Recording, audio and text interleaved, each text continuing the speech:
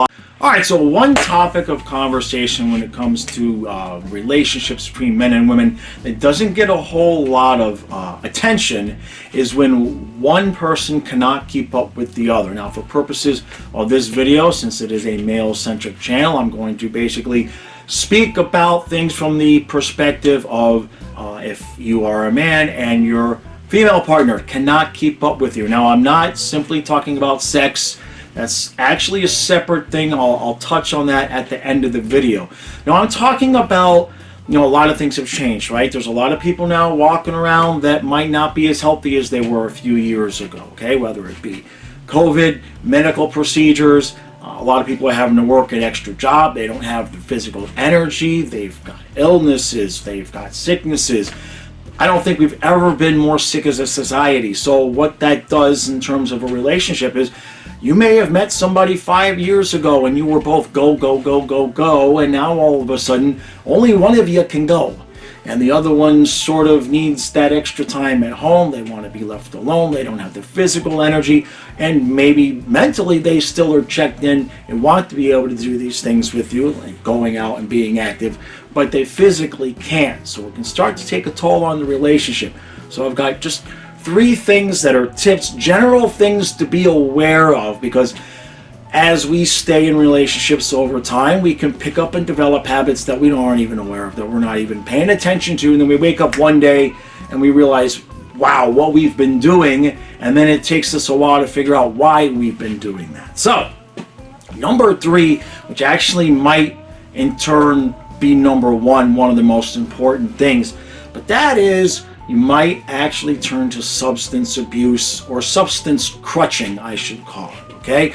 Let's say you're both working jobs, right? And your normal activity is 6 o'clock in the afternoon. You guys get together, maybe you go for a walk, you go to the gym. You're used to doing things together. Now all of a sudden she can't, okay? For whatever reason. And the reason does have something to do with it. We can talk about that. But for whatever the reason is, all of a sudden she cannot meet your energy level. She can't match you. Now what you might find yourself doing is, well, can't go to the gym, not doing this, not doing that. Maybe I'll just have a beer. Maybe I'll just take a little something to bring myself down to her energy level. It's slow, it's soft, it's subtle, but before you know it, you've matched her energy level. She's happy, so you seem like you're happy, but then all of a sudden you wake up and you start needing these substances, and you start realizing, I just stopped going to the gym and I started smoking, or whatever the habit might be. This is one of the things that it feels like in the moment, well, I have empathy, I have sympathy for my person, I realize that they're not feeling well. It's no fun if she's sitting there on the couch or laying down in the bed and you're just full of energy and ready to go. One thing that might happen is you might just pick up a beer and say, all right, I'll hang with you, I'll chill with you. Now that's not necessarily the worst thing to do every so often, to try to make your person feel a little bit more comfortable, but it can quickly turn into a habit. You have to be mindful of that.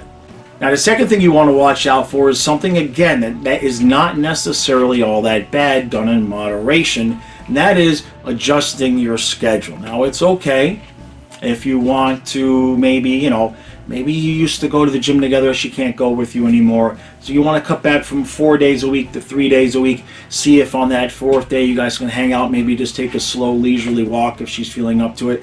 And again, these things are just taken from the male to female perspective. This happens in reverse, so don't anybody get butthurt. You can look at your schedule and find the things that are comfortable for you to say, well, I can move this, I can rearrange this.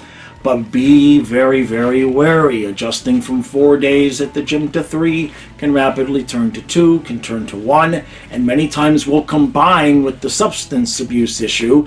And before you know it, again, you've started off doing something that you felt was the right thing for the relationship, and it never really felt all that bad, so you just kept doing it, and it progressed and progressed.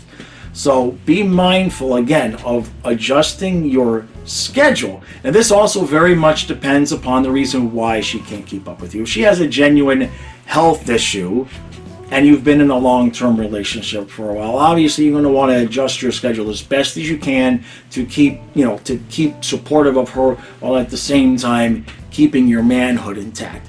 However, if she's exhausted because maybe she's drinking too much, maybe she's partaking of a little bit too much partying activity on the weekend, if your relationship is not as set in stone, if it hasn't been significantly long term, if those are the reasons why she's lost energy or lacking energy, do not adjust your schedule for that. That is rewarding bad behavior, which actually rolls me into number 3.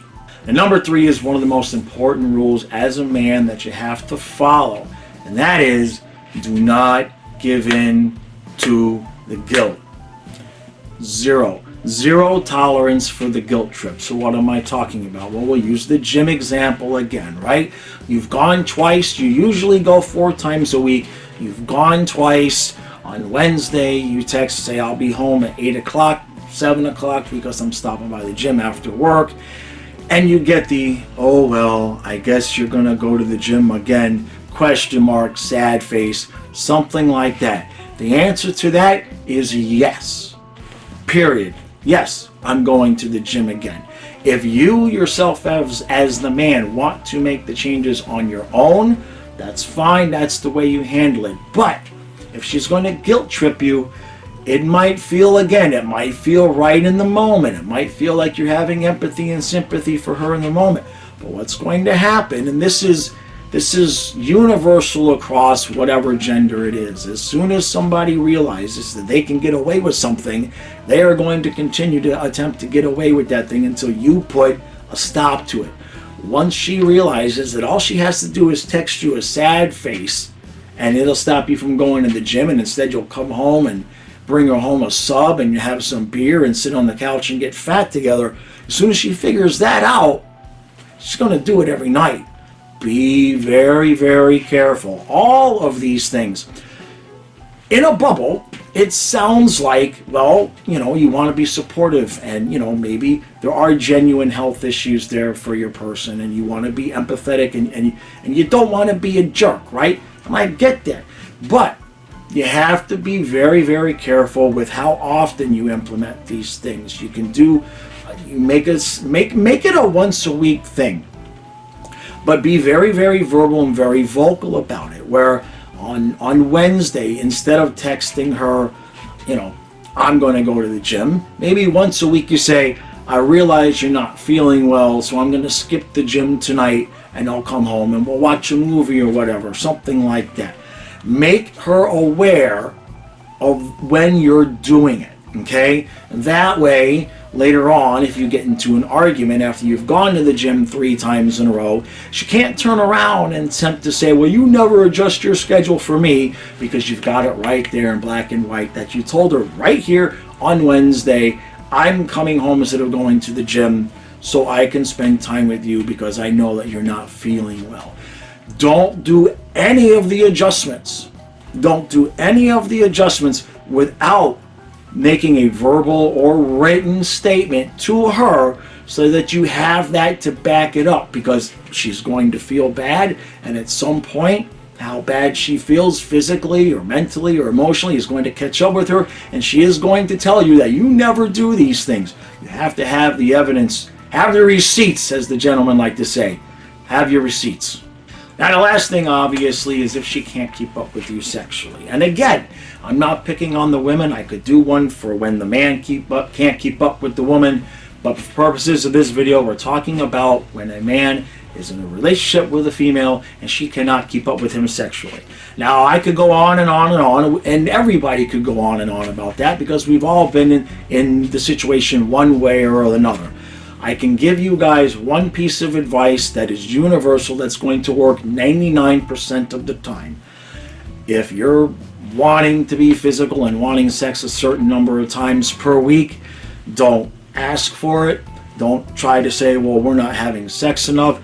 Don't fall into the trap of thinking if you communicate that this is somehow going to be of value, of benefit for you. Now, every once in a while, you can bowl 2 strikes in a row. That doesn't mean you're a professional bowler.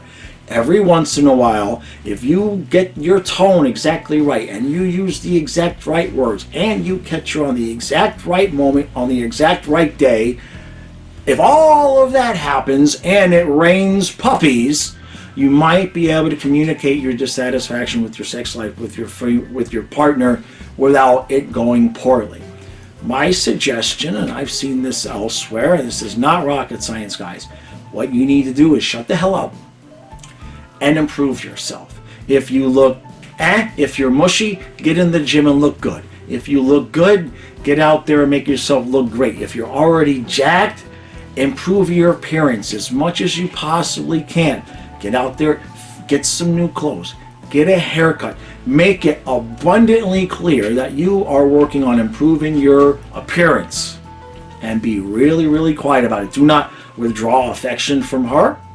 Do not give her any outwardly evidence that you might be looking elsewhere. Don't change your behavior any other way other than to physically, financially, appearance-wise. Just continue to improve yourself and be relentless in that pursuit.